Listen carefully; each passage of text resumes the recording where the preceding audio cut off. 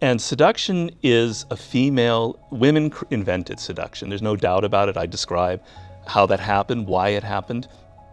And when you read a lot of history, as I do, there's not a lot of, women disappear in history a lot. There are only a few queens and empresses and courtesans, but their influence on history is incredibly profound, and seduction has had a profound impact on us. The whole idea of enchantment, of enchanting another person, of putting them under your spell, of making them fall in love, whether as just the end of it being love or a form of power, is something that women created and have had a huge impact.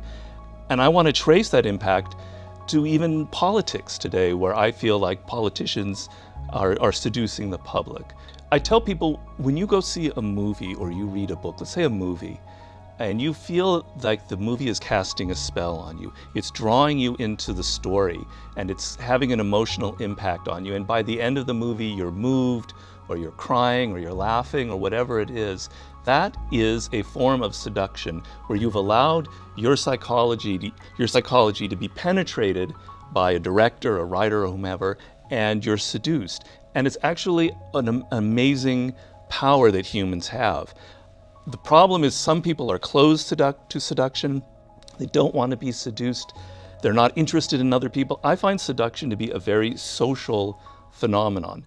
To be a great seducer, you have to be interested in people. You have to there's a difference between a cold, kind of analytic, the typical sort of cold male seducer, which I talk about in the book, but I'm advocating a more sort of hot or warm seduction in which both people are seducing each other. Obviously men and women are different. Men tend to be seduced by visuals. The way a woman looks is sort of the primal way of seducing a man.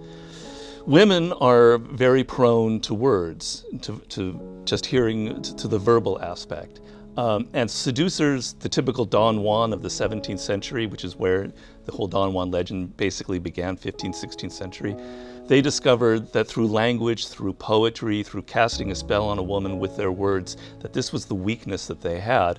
And so many of these great early seducers were just great talkers. It's interesting because if you look at like some of the great ones in the 16th, 17th century, they were not handsome men. They were actually, one of them was physically repulsive, but had such an incredible way with words that he could seduce almost any woman.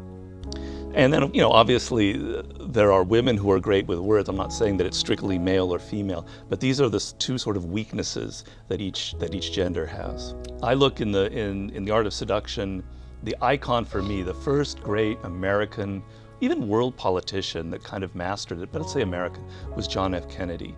I claim that he was, not just me, other writers have as well, he was a master seducer. Obviously with women, he's legendary for that.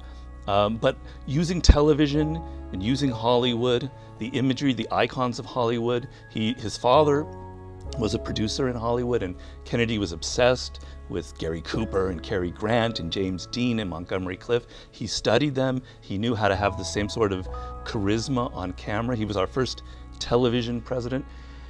And he seduced the American public in a really powerful way. I mean, it was a very close election with Nixon, so it wasn't like a great, it was very close run victory. But it was very powerful in that he set the bar that now a politician has to have a television presence, has to be seductive, and has to find a way to bring people together through language, through imagery. Kennedy was sort of the master. And so I want to take you away from thinking of seduction as just this sort of thing that men do on women or women do on men. It's something that permeates our culture. It's in advertising, it's in marketing, it's on the internet, it's in politics. It's different. Obviously, a sexual seduction is not the same as Kennedy seducing the American public, but the dynamics, the casting of the spell, the enchantment has a similar process. So first of all, there's the desire to be a seducer, which a lot of people will say, oh, I don't want that, I'm not interested in that.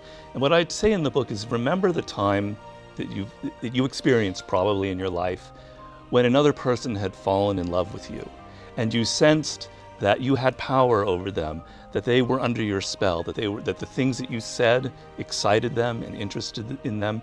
The walls, the resistance that people normally have are so frustrating. You can't reach your kids, you can't reach your wife, the people at work, they're closed to you. And in that moment when someone had fallen in love, that wall came down and you had this sort of back and forth electricity. It's amazing. You love it. It's powerful. It's great. You want that. You don't want the sexual version of it in your office, obviously, but you want to be able to persuade, to get people to lower some of their usual walls and resistance to you. So the first thing is, you want seduction in your life. Believe me, you want it. The other thing is, you have a misconception about seduction. It's not this, as you say, this villainous male, kind of figuring out these very cold, calculating strategies. That's not what it's about. There's got to be a naturalness to it.